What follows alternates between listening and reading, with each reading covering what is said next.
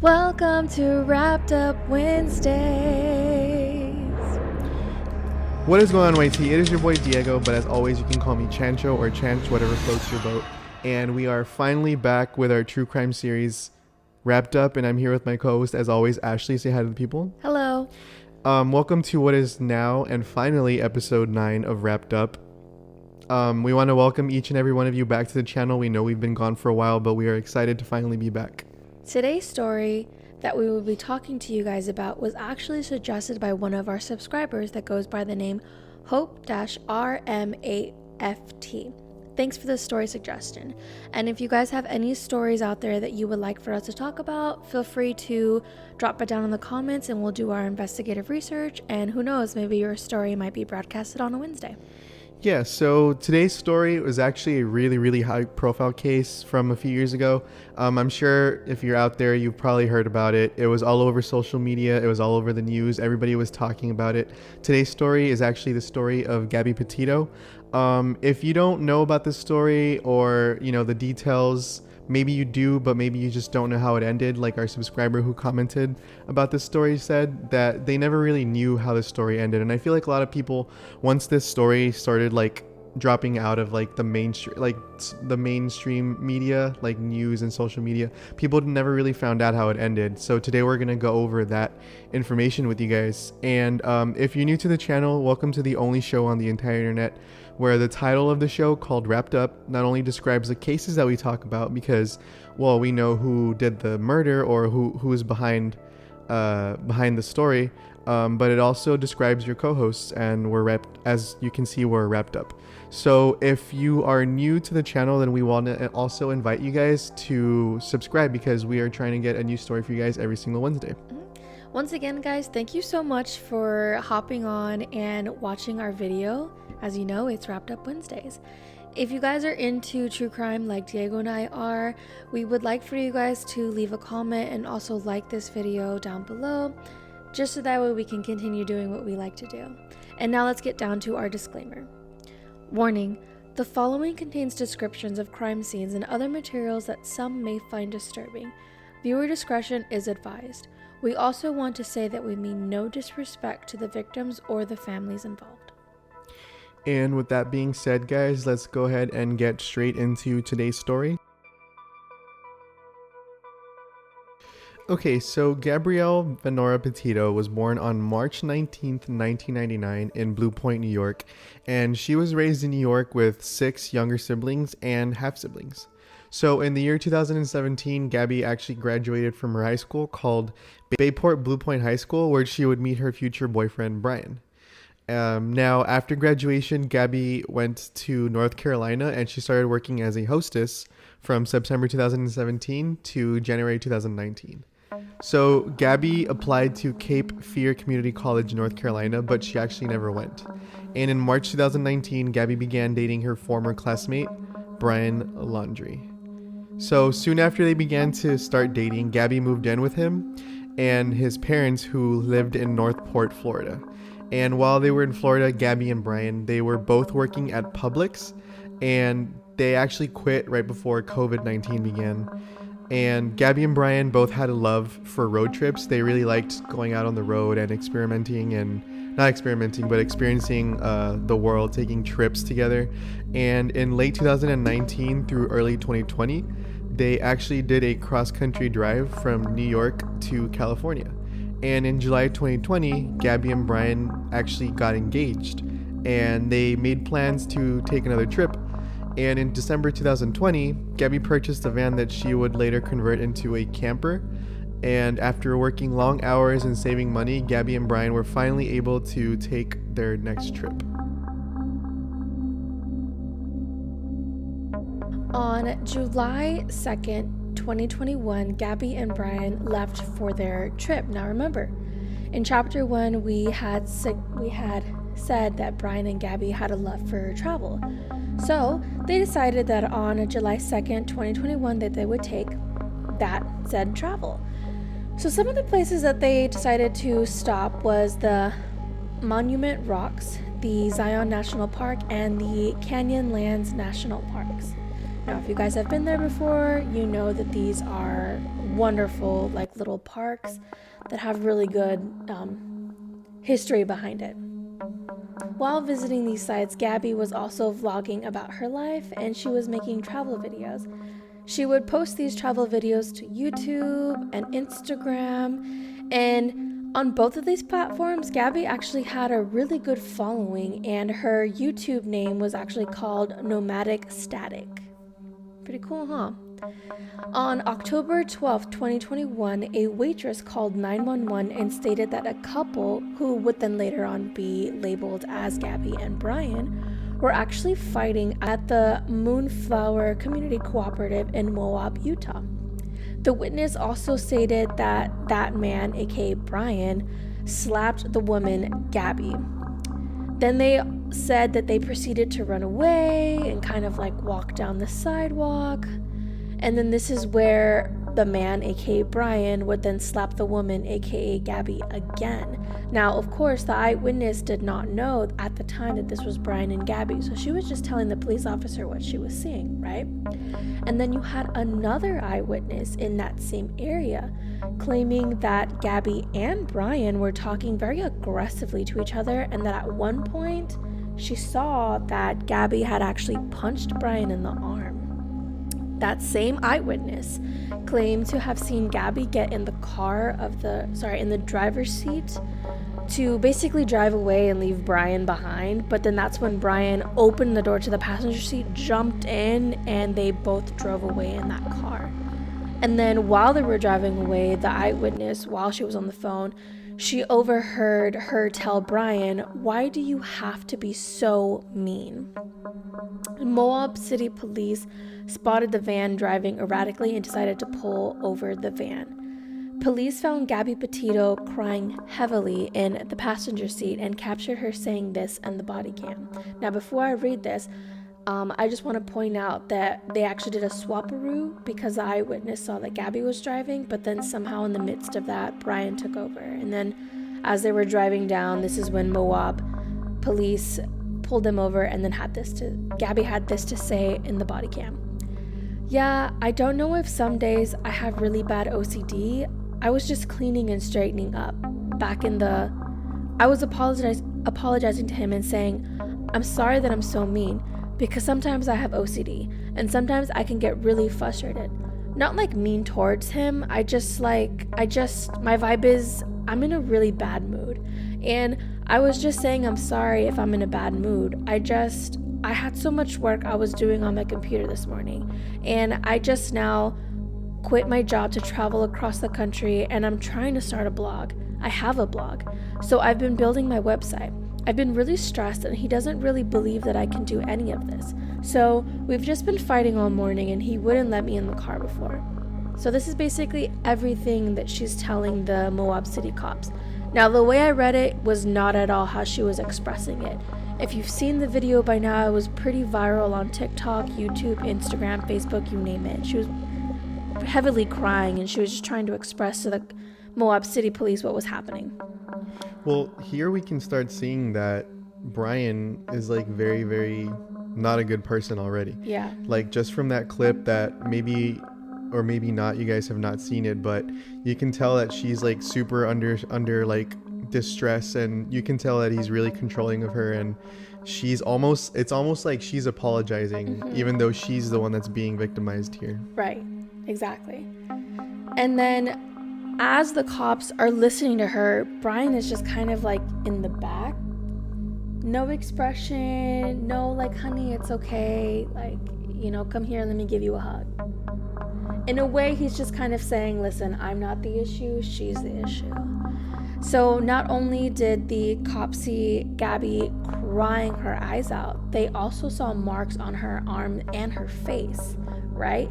So when they see this, the police automatically start questioning, and that's when Gabby just basically tries to downplay the situation. But then she ultimately comes clean and just says that Brian kept on telling her to shut up. In her words, she said, Brian kept telling me to shut up and then grabbed my face. This is when police then looked to Brian, who again was just kind of off in the sidelines, being like, listen, it's not me, it's her. And then this is where they began, questioning him. And then this is when he had to say, I said, let's take a breather and let's not go anywhere and just calm down for a minute. She was getting worked up, and then she had her phone and was trying to get the keys for me. I was just trying to, I know I shouldn't push her. I was just trying to push her away to go. Let's take a moment and step back and breathe and see. She got me with her phone. So basically he was trying to tell the police that he was trying to calm her down by saying, like, let's take a step back, let's breathe, so on and so forth. And then he went on to say that, like, she hit him with the phone or something around the lines of that. Police stated that what they were seeing wasn't necessarily a domestic violence, but more so a mental breakdown on Gabby's part. So then this is where they basically said that they weren't going to press charges on either of the people involved, Gabby and Brian, but instead they just basically said that Brian and Gabby needed to be separated for the night in order for them to cool down. Gabby would then spend the night in her van because the van was under her name and that was her van. So they thought, Moab City Police thought, that it was in the best interest for Gabby, an irate woman who was in the process of having a mental breakdown. According to them, they decided that she should sleep in her van and that Brian should be set up in the Bowen Motel, courtesy of Moab City Police. So on August 17th, Brian actually flew out from Salt Lake City to Tampa, leaving Gabby behind, and she stayed at the hotel. Now, Brian's family claims that the reason he took this trip was because he wanted to go pick up some personal items from home and close his storage unit to save extra money while they were traveling. So on the 23rd, August 23rd, Brian reunites with Gabby, and their plan was to continue their travel plans. And while he was gone, she was staying at the Fairfield Inn and Suites near Salt Lake. They would eventually check out on August 24th. On August 25th, Gabby called her mom and said that she was traveling to go see Grand Teton and Yellowstone National Park. Gabby's mom says that this would actually be the last time that she would speak to her daughter. And that same day, Gabby actually made her final post on Instagram as well. On August 27th, Gabby and Brian were actually caught on a camera as they were going to a Whole Foods in Wyoming. And this is actually the last footage that anybody, as far as we know, has of Gabby being seen alive.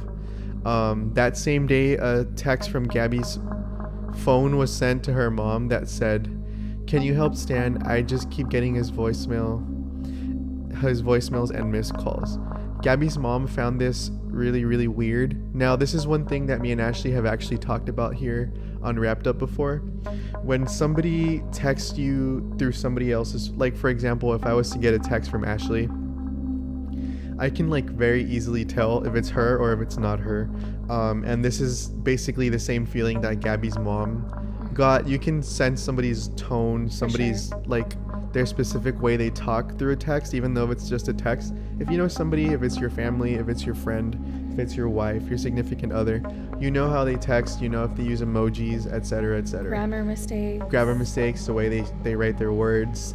So again, the text that Gabby sent to her mom said, "Can you help Stan? I just keep getting his voicemails and missed calls." So Gabby's mom, again, she finds it strange because Gabby would never actually call her grandpa Stan by his first name. And not to mention, Gabby was known, at least with her mom, to be a FaceTime type of person. So she would regularly FaceTime her mother and she would always give her updates. Now, this is something that she would do obviously because she was always out on the road and she wanted to keep her mom updated as she was, out on her travels. So her mom had started noticing that the FaceTiming had basically stopped. Now, there are several different eyewitness encounters. A witness states that on August 27th, somewhere between 1 and 2 o'clock, Brian and Gabby were seen together at Mary Piglet's Tex-Mex restaurant, where Brian was acting aggressively towards a manager, a waitress, and a hostess. The argument was also regarding money, actually. So the witness saw Gabby return back to the restaurant in tears, and she was actually apologizing for Brian in this situation. Another witness also recalls a slow-moving van and a generic white man acting weird near the Spread Creek dispersed camping area on August 26th through August 28th. Now, another witness actually posted on TikTok a video of her and her boyfriend giving Brian a ride on August 29th because he was actually hitchhiking near Coulter Bay Village. The witness states that Brian was acting freaked out when he learned that they were headed to Jackson Hole instead of Jackson, Wyoming.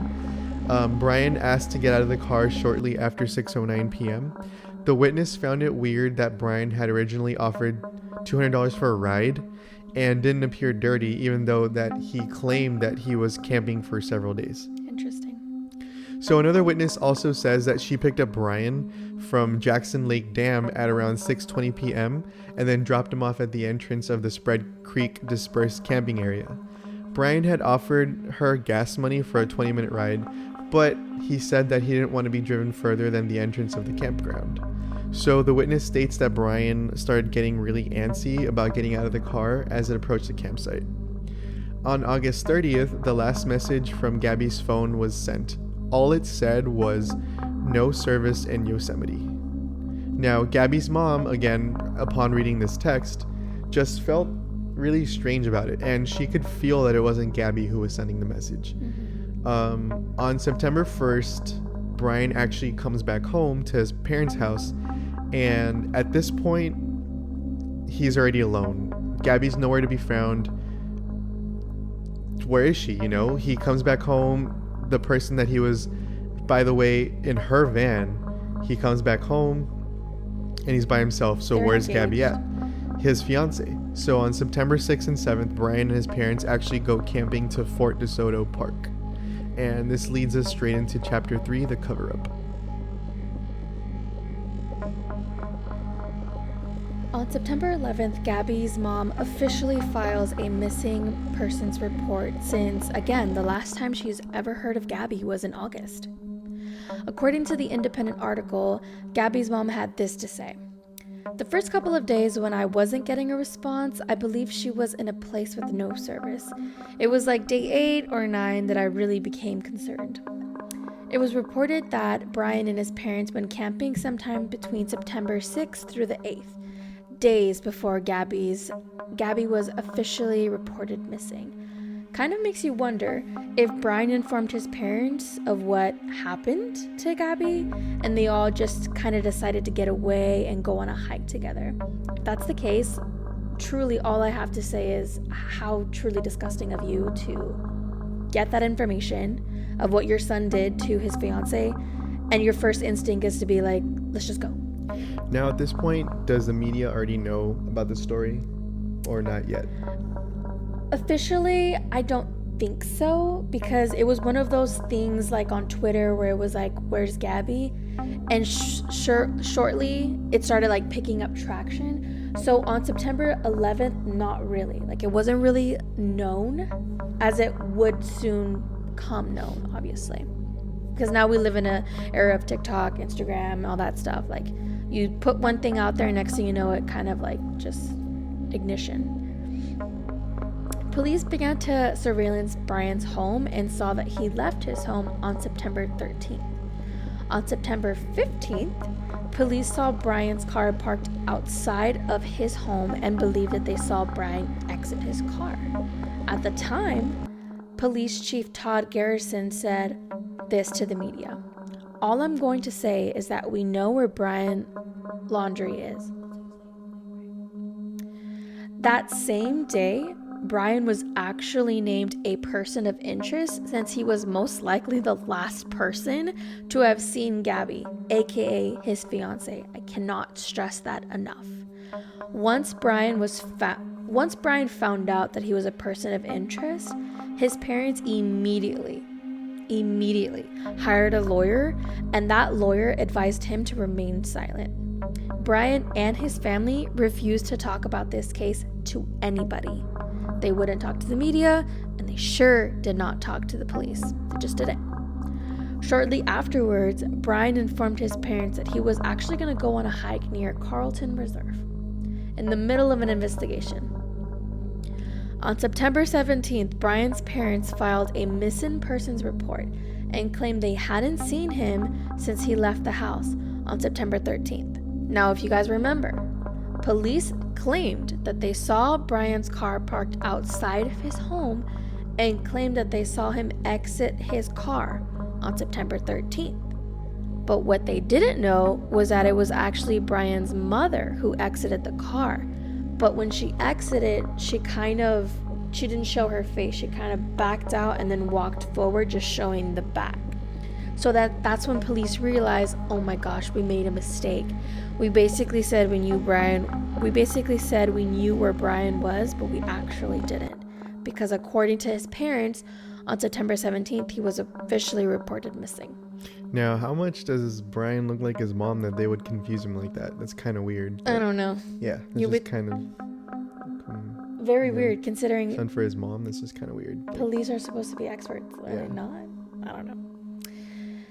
After, Brian went missing, immediately police were like, okay, something has to give. That's when police were granted a search warrant to seize the Ford Transit Connect and an external hard drive at the Laundrie's Ford Mustang. So they basically had a search warrant for Brian's car, the family Mustang, and then an external hard drive that was found inside the house that I believe belonged to Brian. At the time, this case basically has become super popular all across social media, you name it, to the point, if you guys can remember, Dog the Bounty Hunter, Dwayne Chapman, he had a TV show back in the early 2000s. He came on the scene and was like, listen, I want to join the search for Gabby. I know Gabby's alive, we gotta find her. And he basically donated $10,000 to the research fund in hopes to find Gabby. But however, he did have to pull out of the research because he hurt his ankle during the searching of Gabby. Gabby's parents were angry that Brian and his family wouldn't help assist in searching for Gabby, their daughter. Not to mention, Brian just refused to talk about what happened and where Gabby was in general. He literally was not talking, even when he got home. Gabby's parents wrote an open letter and addressed to Brian's parents, and this is basically what it had to say. Diego, if you would like to read it. Yeah, let me pull up the letter. Christopher and Roberta Laundrie. We are writing this letter to ask you to help find our beautiful daughter. We understand you are going through a difficult time and your instinct to protect your son is strong. We ask you to put yourselves in our shoes. We haven't been able to sleep or eat and our lives are falling apart. We believe you know the location of where Brian left Gabby. We beg you to tell us. As a parent, how could you let us go through this pain and not help us? As a parent, how could you put Gabby's younger brothers and sisters through this? Gabby lived with you for over a year. She was going to be your daughter-in-law. How can you keep her location hidden? You were both at Jim and Nicole's house. You were both so happy that Brian and Gabby got engaged and were planning to spend their lives together. Please, if you or your family has any decency left, please tell us where Gabby is located. Tell us if we are even looking in the right place. All we want is for Gabby to come home. Please help us make that happen. Jim Schmidt, Nicole Schmidt, Joe Petito, Tara Petito. So the Petitos had to write this letter and actually broadcast it to the media because I don't think they were allowed to speak to the Landrys personally. Now, if I may just say, let's say for the sake of argument, he was innocent. Putting yourself in this situation. Wouldn't you be cooperative? Mm-hmm. If you are truly indeed just innocent and something horrible happened, I don't know, if you're out camping, a lot of stuff can go wrong. Right. Maybe you fell or something, if that's actually what happened and you don't, if you're completely innocent and everything, wouldn't you put your best effort into finding her or putting your best effort into telling the truth? For sure. All of this is just super shady behavior on his part as it is. I just wanted to point that out because it's the fact that he's being uncooperative, I don't even know if uncooperative is a word, but the fact that he's not cooperating and helping and his family's acting the same way, doesn't that point towards guiltiness instead of innocence? It's all very, very shady behavior. And this is a woman that he claims to love. This is his fiance, yeah. If you're not involved at all, why should you keep hush hush and go on other trips pretending as if nothing happened? I agree. It's oh, my fiance is missing. Oh, I'll just go about my life. It's no, what happened to her? Where is she? I'm gonna go camping. So that's why the parents are getting frustrated and visibly frustrated through this letter too. It's hey, where is she? Like, where the heck is our daughter? Right, because it's like you were saying, if she had fallen or gotten bit by an animal and you're not at fault, just come clean. Yeah, because, I mean, at that point, you're completely innocent. You didn't do anything with it. So on September 19th, Gabby's remains were sadly found at a Spread Creek dispersed camping area in Wyoming. So if you guys can remember, a witness had claimed that Brian had been acting weird during August 26th through the 28th around this area.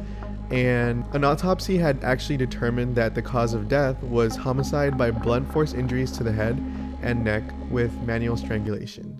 So the blunt force trauma had occurred 3 to 4 weeks before her body was found. And on September 23rd, an arrest warrant for Brian was officially issued once that it was discovered that Brian had used Gabby's debit card to obtain $1,000 between August 30th and September 1st. On October 5th, Brian's sister did an interview with ABC News, and she actually encouraged him to turn himself in. October 7th, Brian's dad decides to join the search for his son. He suggested that they should visit locations that Brian used to go to, one of them being, and I'm sorry if I don't know how to pronounce this, but it's Miakahachi Creek Environmental Park.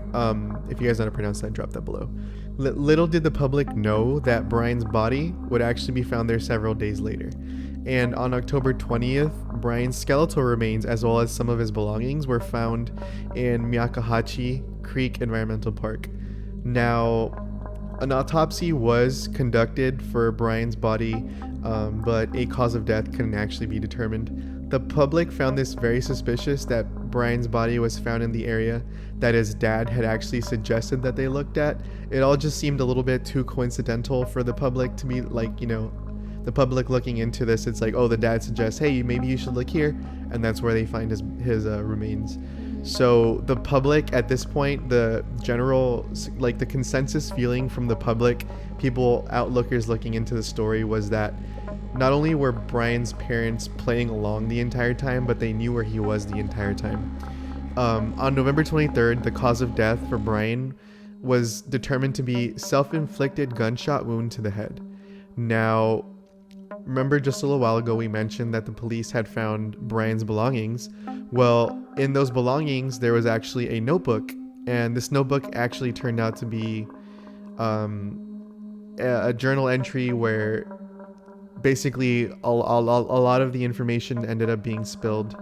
On January 21st, 2022, the FBI revealed that Brian had actually admitted to killing Gabby in his journal. Now, I'm going to go ahead and read the journal entry. It goes as follows. I ended her life. I thought it was merciful, that it is what she wanted, but now I see all the mistakes that I made. I panicked. I was in shock, but from the moment I decided I took away her pain, I knew I couldn't go on without her. I found her breathing heavily, gasping my name, and she was freezing cold. I carried her as far as I could down the stream towards the car, stumbling exhausted in my shock when my knees buckled and I knew I couldn't safely carry her. I started a fire and I spooned her as a close to the heat. She was so thin, had already been freezing too long. I couldn't at the time realize that I should have started a fire first, but I wanted her out of the cold back to the car. And in another journal entry, he would also write, I am ending my life, not because of a fear of punishment, but rather because I can't stand to live another day without her. Brian claimed that Gabby had fallen and injured herself, and that's ultimately why he would kill her out of mercy. It was, according to him, basically like a euthanasia type of thing, where it's like, oh, I want to end her suffering, so I'm going to kill her. However, Michael Alcazar from John Jay College of Criminal Justice believes otherwise, and he stated, Brian was someone that doesn't want to own up to what he did. He is trying to find justification for the actions that he did. Brian wrote that he was deceiving people into thinking that Gabby was still alive by also sending text messages from her phone. So obviously, to prove the mom was correct in her, suspicions, it actually wasn't her that was writing those text messages. It was Brian pretending to be her through her phone. Now, all of this is very, very dark, and Michael Alcazar said he's basically trying to justify what he did. Right. It's always easy to kind of say, oh, I didn't do it on purpose. I was just trying to help her. But from like all the evidence that's been gathered and like videos that you can see online everywhere, you can tell that he was a very controlling person and that she was in a way trapped. So we'll never exactly know how everything went down, right. But this is what he wrote in his journal. And it kind of seems in his journal that he was just coming up with like a reason. Sure. To me, to Diego, if I can speak for you, it seems as though he just killed her to kill her. Again, we won't know why he did it because he's no longer here. But it just seems like in that journal, he was like, well, what's a justification? Oh, let me just say that she fell, and as a youth, like to a mercy killing, let me just kill her, right? But you read this journal entry and it just seems very like made up. There's no concrete evidence. It's the fact that she was like, oh, she fell and she was already weak and no food. Well, why was she weak? Why didn't she have any food in her system? You know what I'm saying? Like, another thing is autopsies generally don't lie, Exactly. The autopsy showed blunt force trauma and strangulation. What, she strangled herself? Right.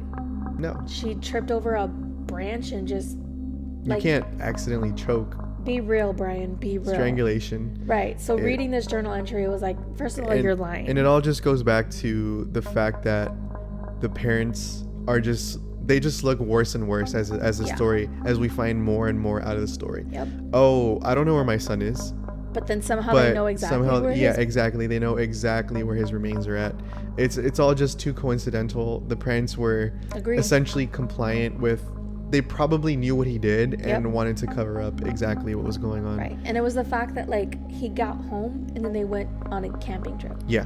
That's weird. If your fiance is missing, you don't just come home and then leave as if everything is fine and dandy. No, you try to find her. So,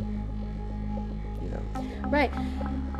I know we're probably going on a tangent right now, but like, if what he was saying is true, that she fell, wouldn't the logical sense is to put her in her van and race to the nearest hospital? And even if she died on the way, just the simple fact of you going to the hospital and saying like, I did my best. There was an attempt to save her. Exactly. But it was the fact that she fell and his only solution was to kill her and then leave her remains there. Come home, go on a camping trip, then proceed to not even help police or her parents, letting them know where Gabby is, what happened to her. Be real. Yeah.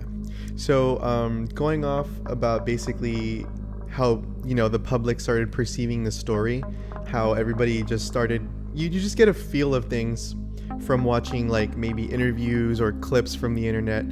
This actually leads us straight into chapter 4, our last chapter on today's story. And it's basically what we were talking about in the beginning, just how much interest there was from the public.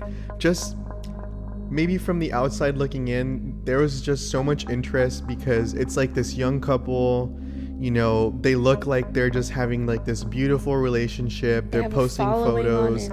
They're posting on YouTube. They're posting on Instagram. It's like, wow, what a beautiful thing these two have going on. And now they're engaged. Wow. Right. This is going to be such a beautiful thing. And so the case, leading straight into chapter 4, the case started out just as any other missing persons case. When Gabby started, Gabby was missing. But the reason this got elevated into a whole like social media news story was because Brian and his parents were refusing to comment or participate in the search for Gabby. Now, which, can I just add, it's nothing new. People have definitely refused, but it was the fact that it was her own fiance refusing to basically talk about her whereabouts or what happened to her is what sparked interest. Yeah, so aside from them like refusing to cooperate, it also sparked public interest because of the social media, as we were mentioning just a little while ago, their video footages, their, especially the body cam. Once it officially got released, so many people that's basically when I heard of the story too, was when they released that body cam footage, and the whole world was wondering, where is Gabby? What happened to her? And why is on Twitter. Her own fiance not looking for her? Or where is he? Where is he? Why isn't he, it's somewhere, looking like he's trying to help find where his fiance is? Or why isn't he explaining where she is? And why is his parents not helping either? It's almost like they were hiding him. So over the last few years with, even stuff like what we're doing right now, podcasts, TV shows, anybody in the world can talk about and theorize their own, what they think about a case and share it with the internet. So people began posting their own observations and they started making their own theories. They're like, well, this is what I think would happen. This is what I think would happen. Now, this has both positive and negative implications to a case, especially when it's still undergoing. Some people that were posting their theories online were helpful, and others the complete opposite.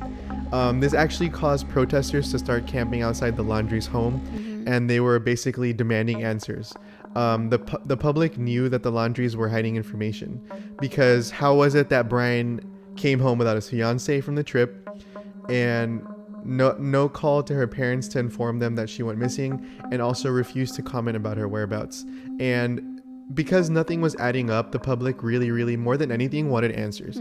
And everybody, including us, including anybody in the, out there that was listening to the story unfold, everybody was just hoping that she was out there somewhere, and that she was out there somewhere alive and maybe just needed help. Aside from camping outside the Laundrie's home, protesters also held a candlelight vigil, and they donated to the Gabby Petito Foundation that was established to search for her, as well as other missing persons. And this foundation would actually eventually lead to the discovery of 5 missing people. So because Gabby's story was so well known, the Utah traffic stop video footage resurfaced. And at this point, people started getting really mad of the footage that they were watching. They started getting outraged as to what they were seeing. Moab City Police later investigated the case to see if the responding officers had handled the case according to their policies, or basically what was considered like protocol for that situation. The chief of police would also take a leave of absence during the investigation. So Gabby's parents filed a wrongful death lawsuit claiming that the Laundries knew Brian had killed Gabby, but they failed to report it to the authorities. And in this same lawsuit, Gabby's parents would accuse Brian's parents of helping Brian leave the country, and they were awarded $3 million for this. Gabby's mother also filed a separate lawsuit against the Laundries for $30,000 in funeral and burial expenses. Gabby's parents also filed a $50 million wrongful death lawsuit against the Moab City Police for officer misconduct that would eventually lead to Gabby's death. Right. So basically what Gabby's parents were suing the $50 million for was because when they re-saw the video, they noticed that instead of it being a domestic violence call, they made it into a mental breakdown. And instead of, like, even if it was mental breakdown, technically, like, I don't know how Utah does their things, but, like, I believe in most states, if you're considered having a mental breakdown, you should at least be evaluated and sent to a psychiatric, like, hospital for, I don't know if it's 72 hours or, like, I don't know where the regulations are. You know what I'm saying? But instead, all they did was they just basically told her, sleep in your van and he'll go sleep in the hotel. And then after y'all sleep it off, you can get back together. Another reason people were so mad, and if you guys haven't seen the body cam footage, I would invite you guys or encourage you guys to check those out, and you'll see why people were so mad, including us. Like, it's just hard to not have it almost seems so obvious. Now I know it seems obvious to us because we know the outcome of the case, and like it's like the saying says, like, hindsight is 2020. Yeah, like looking back at it, it's like, the clues were right in front of us. How are we so blind? But it just seems like if you watch it, as the guy, the murderer, is being questioned, he's basically saying, oh, that's just how she gets. Yeah. She blows things out of proportion. And the cops are like, oh, yeah. Got it. They take his word over hers. It's like, oh, everything he's saying, they're just taking it like, oh, yeah, I know what you mean. Girls. Like, you know what I mean? Like that type of thing. Like, oh, I know how girls can get, that type of thing. Right. And she is clearly under distress, and she's, she's just not in a good place because he is causing that on her. And the cops, now I don't know, police protocol in these situations, but it just doesn't look right that the person who now we know to be the murderer is being listened to more than she is. It's like, that doesn't really add up and it doesn't really sit right. So again, if you guys haven't seen those body cam footages, you know what, we can probably link those down below. They're all over the internet, and it's just unsettling to watch knowing what we know now. And I really like, well, I know Diego and myself, we like to watch like body language experts on YouTube, and they'll like put up a video, and then they'll basically give you insight on everybody's body language. And I know a specific YouTube channel actually did a body language expert on that video, and I was like, oh, it's actually a channel that I really like watching. I believe it's called Body Language Tactics. Yes. And it's like 4 experts on body language, and they dissect basically most of the high profile cases, Chris Watts, all those. They'll break down, and I think they did one on Brian this one. And Gabby's, and they're just like, well, guys, all the signs are here. Like, looking at it from purely body language, you can just see what's going on here. Right. And so that's why basically Gabby's parents filed that lawsuit, because they were like, well, you're the police, right? Shouldn't you have training on body language, training on domestic violence, training on mental health breakdowns, according to you guys? Like, isn't there procedures and protocols that you must follow? And when they didn't follow that, obviously the parents were like, well, dang, like, because you failed to do your job when my daughter was in distress, now she is dead. Now, I'm not saying all the blame is on them, but as law enforcement, you have to uphold the law, and you also have to uphold your policies and your protocols.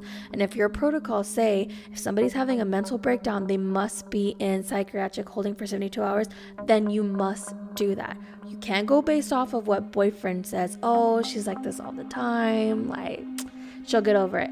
No, that's not how it works, because now you have cases like this where an innocent woman is now gone. Like, she can no longer see her family. She can't accomplish her goals, anything like that. Why? Because you as a police officer failed to uphold the law. Again, I'm not putting it all on them, but you see what I'm saying, right? Like, overall, it's just a very, very sad case. Not only did Gabby get killed, and now her parents have to live on without her, it also just feels cheap to me. Like, I never think anybody deserves to die, like, but it just feels cheap to me that Brian would just take the cheap way out, not face the consequences of what he did. And it goes back to your saying, if he was truly innocent, he should have just come up clean and been like, it wasn't me. Yeah, if it was truly like an accident gone wrong or something, why not just say what happened? Right. It's just, it doesn't add up. And the confession, nonetheless, the confession in his journal, I mean, he basically said he killed her. So that actually will wrap up today's story. We want to thank you guys for listening in if you made it all the way.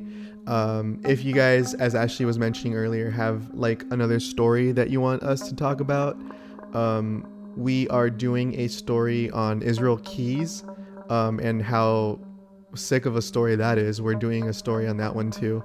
That's our next episode. That'll be episode 10. But yeah, you want to say anything before we go? Just thank you. Yeah, thank you guys for tuning in. I know we hadn't posted in a while. If you guys have seen our car crash video, you know exactly why we haven't been posting. We just had a very hectic August, and we're just trying to get back into the swing of things. And September, yeah. it was wild August and September, so we're just trying to get back into the swing of things. And we just want to appreciate you guys. We really are so grateful that you guys have stayed with us through. And if you're new, then welcome too. Yeah, of course. We love you guys. We're just trying to grow the channel more and more. We on Chancho TV do a little bit of everything. I know it seems like kind of everywhere, like maybe it's just like, what are these guys doing, like posting this and posting that? We do everything. We kind of just tend to make videos on stuff that we personally like, or interested in. We don't like true crime. We're just interested in, I mean, Ashley, coming from a psychology background, she's interested in that kind of stuff, and we've always been interested into true crime stories, so we want to, keep the Wrapped Up going. But yeah, I guess without rambling on much further, just thank you guys so much for the support. Feel free to leave a like and a suggestion down comment. below. We really appreciate every single one of you guys. And just thank you. Thank you so much for joining us today. We hope to see you guys next Wednesday. We're trying to get back into the swing of things. We just have to take a little break for about 2 months, but we'll be back. Also, lastly, let us know how you guys think. If you guys have watched our other episodes, we had a different setup before. Yeah. We are trying out something new. So let us know what you think. If you prefer this setup or the previous setup, we're going to try to get more of a full-time set going. Maybe like change the background or something. But yeah, just thank you guys so much. I know we've rambled on now here at the end, but thank you guys for tuning in to Wrapped Up, and we'll catch you guys on the next one. Bye. Peace.